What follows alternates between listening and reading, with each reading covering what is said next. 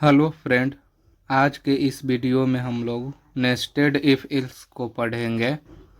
तो आइए सबसे पहले जानते हैं कि इस वीडियो में हम लोग क्या क्या पढ़ेंगे और सीखेंगे। तो सबसे पहले हम लोग नेस्टेड इफ इल्स को सी लैंग्वेज में पढ़ेंगे। उसके बाद सिंटेक्स को पढ़ेंगे। उसके बाद एक एग्जाम्पल बनाएंगे और एक क्वेश्चन हम आप लोग को होमवर्क में देंगे। और नेस्टेड इफ इल्स का फ्लो चार्ट को पढ़ेंगे और देखेंगे कि कैसे नेस्टेड इफ इल्स जो है सो वर्क करता है। तो सबसे पहले हम लोग जानते हैं what is nested if else in C language. Definition है when an if else statement is written inside another if और else statement it is called a nested if else statement. इसका मतलब क्या हुआ, क्या कर रहा है definition, when an if else statement is written inside another if और इल्स। इफ इल्स स्टेटमेंट जो है वो किसी जो है सो और इफ इल्स स्टेटमेंट के अंदर में लिखा हुआ है। जो किसी जैसे इफ इल्स स्टेटमेंट है और उस वो जो है सो किसी अंदर में इफ इल्स स्टेटमेंट का लिखा हुआ है, तो वो क्या कहलाएगा, नेस्टेड इफ इल्स। वही डेफिनेशन है, if else statement is written inside another if or else statement it is called a nested if else। इसको हम लोग एक सिंटेक्स के थ्रू देखते हैं, सिंटेक्स से इजी वे में समझ में आएगा। ये सिंटेक्स रहा उसका, इफ कंडीशन 1 उसके अंदर एक और इफ जो है सो, और इल्स उसके बाद जो फर्स्ट इफ है उसका जो है सो यहाँ पे इल्स है और उसका ये स्टेटमेंट्स है। क्या हो रहा है, फर्स्ट इफ जो है सो फर्स्ट है इफ और उसका कंडीशन, उसके अंदर भी एक इफ इल्स है, यहाँ पे कंडीशन सेकेंड और इसका स्टेटमेंट यहाँ पे लिखाएगा। और इल्स ये इफ का ये जो है सो इल्स हुआ और इसका स्टेटमेंट्स यहाँ पे लिखाएगा। और उसके बाद ये लास्ट ये जो फर्स्ट वाला इफ है उसका इल्स ये हुआ और उसका जो स्टेटमेंट है वो यहाँ पे लिखाएगा। इसी इफ इल्स सिंटेक्स पे, नेस्टेड इफ इल्स पे यहाँ पे एक एग्जाम्पल है और इसको और इजी वे में इस एग्जाम्पल के थ्रू हम लोग समझते हैं। सबसे पहले यहाँ पे हेडर फाइल लिख दिए सी लैंग्वेज का, उसके बाद इंट मेन से प्रोग्राम स्टार्ट होगा। यहाँ पे एक वेरिएबल लिए हैं नम, उसका डाटा टाइप से इंटीजर, यहाँ पे मैसेज प्रिंट कर दिए इंटर ए नंबर, स्कैनएप से उसको इनपुट ले लिए। उसके बाद यहाँ पे चेक कर रहे हैं कि प्रोग्राम क्या बताएगा, ये किसी भी नंबर को जो है सो चेक करके बता देगा कि नंबर निगेटिव है या पॉजिटिव है या जीरो का इक्वल है। तो यहाँ पे ये चेक किया सबसे पहले, देखिए फर्स्ट जो है सो यही सिंटेक्स पे ये है, if num greater than equal to 0 यदि है तो इसमें आएगा। उसके बाद यहाँ पे भी एक इफ है, उसके बाद इसमें क्या कंडीशन है ये चेक कर रहा है कि नम इक्वल टू 0, क्या नंबर जो है वो 0 के बराबर है। यदि बराबर है तो क्या प्रिंट कर दो, प्रिंट एफ नंबर इज 0।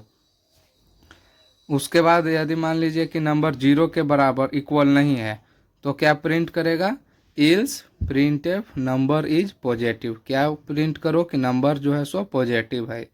यदि 0 के इक्वल नहीं है तो प्रिंट कर दो कि नंबर जो है सो पॉजिटिव है। और मान लीजिए कि नंबर जो है सो वो 0 से ना ही बड़ा है और ना ही इक्वल है, तो क्या करो, तो प्रिंट कर दो कि नंबर इज निगेटिव। उसके बाद क्या हुआ, प्रोग्राम स्टॉप हो गया, बंद हो गया। तो ये कैसे काम कर रहा है नेस्टेड, ये कैसे हुआ, देखिए फर्स्ट इफ हुआ, उसके बाद उसका इल्स हुआ यहाँ पे, और इफ स्टेटमेंट के अंदर ही एक और इफ इल्स जो है सो लिखा हुआ है। तो इसी को क्या कहेंगे हम लोग, नेस्टेड इफ इल्स।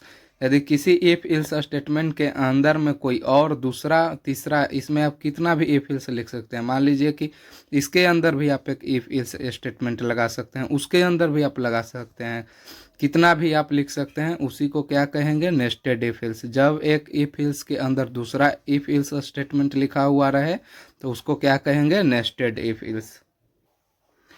अब इसका हम लोग नेस्टेड इफ इल्स का फ्लो चार्ट समझते हैं, ये कैसे वर्क करता है प्रोग्राम। सबसे पहले क्या हुआ, स्टार्ट कंडीशन 1, यहाँ पे क्या करेगा, कंडीशन 1 को चेक करेगा। यदि कंडीशन 1 ट्रू है तो कंडीशन 2 में जाएगा। और मान लीजिए कि कंडीशन 1 जो है सो ट्रू नहीं है, फॉल्स हो गया, तो यहाँ पे आएगा। उसका जो भी इल्स में स्टेटमेंट्स लिखा हुआ है वो प्रिंट करके प्रोग्राम ख़त्म हो जाएगा। कैसे ख़त्म हो जाएगा? मान लीजिए कंडीशन 1 जो है सो ट्रू नहीं हुआ, तो उसका इल्स में जो भी स्टेटमेंट लिखा हुआ है उसको प्रिंट करेगा और उसके बाद प्रोग्राम स्टॉप हो जाएगा। और यदि वहाँ पे कंडीशन 1 ट्रू हो गया तो फिर ये कहाँ पे आएगा? कंडीशन 2 को चेक करेगा।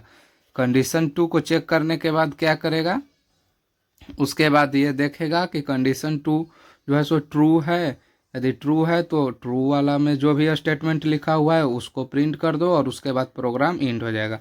और कंडीशन 2 जो है सो ट्रू नहीं है, सही नहीं है, तो उसके बाद क्या करेगा? उसका जो इल्स में स्टेटमेंट लिखा हुआ है उसको प्रिंट करेगा और फिर जाके प्रोग्राम ख़त्म हो जाएगा। तो ये रहा नेस्टेड इफ इल्स का फ्लो चार्ट। इसे आप अपना नोट्स बुक में भी लिख सकते हैं, जो कि एग्जाम में भी उससे बहुत ही इम्पोर्टेंट है। अब एक क्वेश्चन मैं आप लोग को सॉल्व करने के लिए देता हूँ। क्वेश्चन क्या है? Write a C program to check whether a person is eligible for voting. Condition check करना है कि पर्सन जो है सो वोट के लिए एलिजिबल है या नहीं। तो कंडीशन क्या है? सबसे पहले चेक करना है कि इनपुट लेना है, हम लोग को एज लेना है, यूजर का एज जो है सो इनपुट ले लेना है। उसके बाद चेक करना है कि क्या एज जो है सो इक्वल टू या ग्रेटर देन 18 है। यदि है तो उसमें भी चेक करना है क्या जो है सो एज है वो 16 के इक्वल है या ग्रेटर देन है। यदि है तो प्रिंट करो सीनियर सिटीजन वोटर, और नहीं है 16 से बड़ा या इक्वल टू नहीं है तो प्रिंट क्या कर दो? Eligible for voting. और मान लीजिए कि एज जो है सो वो 18 से ग्रेटर देन हुआ ही नहीं, तो क्या प्रिंट करो? Print not eligible for voting. ये क्वेश्चन है, इसे आप सॉल्व करिएगा। और सबसे पहले वीडियो को यहाँ पे पॉज करके खुद से सॉल्व करने का कोशिश कीजिए, और नहीं तो फिर मैं इसका सॉल्यूशन प्रोवाइड कर रहा हूँ डिस्प्ले पर, वहाँ से यदि नहीं हुआ तो वहाँ से आप इसे देखकर सीख सकते हैं।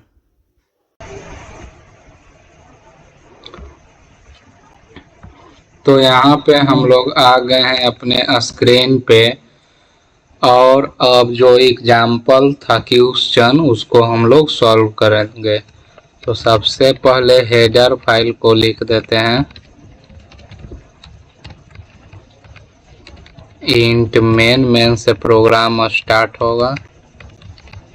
उसके बाद जो एज था, एज को इनपुट ले रहे हैं। तो एज किस तरह का डाटा टाइप होता है? इंटीजर ज़्यादातर ही लोग लेकर चलते हैं, इंट एज। उसके बाद एक मैसेज प्रिंट करेंगे इंटर एज। उसके बाद इसे इनपुट लेंगे स्कैनफ %, कॉमा एंड एज। अब यहाँ से रियल लॉजिक जो सो स्टार्ट हो रहा है नेस्टेड इफ इल्स का। If age greater than equal to 18, तब क्या था? एज यदि 18 से बड़ा हो तो उसमें चेक करो कि क्या एज जो है सो 60 से भी बड़ा है। तो यहाँ पे भी लगाएंगे condition if age greater than equal to 60। यदि है तो प्रिंट कर दो प्रिंटफ सीनियर सिटीजन, और नहीं है तो else printf eligible for vote. और यदि एज जो है सो 18 से बड़ा नहीं है तो क्या प्रिंट करना था? तो प्रिंट करना था कि not eligible for vote, not eligible for vote. अब हम लोग प्रोग्राम को लिख चुके हैं, इसको रन करके देखते हैं। Ctrl+Alt+N। यहाँ पे नीचे में देखिए मांग रहा है इंटर एज, तो एज डाल रहे हैं मान लीजिए 23। आ गया एलिजिबल फॉर वोट। क्यों आया? क्योंकि एज जो था यहाँ पे चेक किया कि क्या ये 18 से बड़ा और इक्वल है, तो हाँ है, क्योंकि इनपुट दिया 23।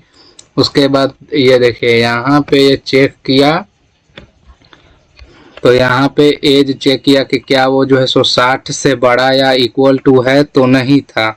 क्यों? क्योंकि इनपुट दिए थे 23, इसलिए क्या प्रिंट किया, इल्स में जो भी स्टेटमेंट है एलिजिबल फॉर वोट, इसको प्रिंट कर दिया और प्रोग्राम एंड हो गया। एक बार फिर से दूसरा इनपुट देकर देखते हैं। इस बार 12 दिए, आ गया नॉट एलिजिबल फॉर वोट। क्यों? क्योंकि यहाँ पे चेक किया age is greater than equal to 18, तो नहीं था, तो उसका इल्स स्टेटमेंट को प्रिंट कर दिया नॉट एलिजिबल फॉर वोट। तो ये था हमारा नेस्टेड इफ इल्स। वीडियो अच्छा लगा हो, समझ में आया हो तो लाइक करें, चैनल को सब्सक्राइब करें। कंप्लीट सी लैंग्वेज पढ़ने के लिए यूट्यूब चैनल पर जाएं और वहां से सी लैंग्वेज का प्लेलिस्ट से आप पूरा सी लैंग्वेज इजी वे में पढ़ सकते हैं, प्लस नोट्स भी बना सकते हैं। धन्यवाद।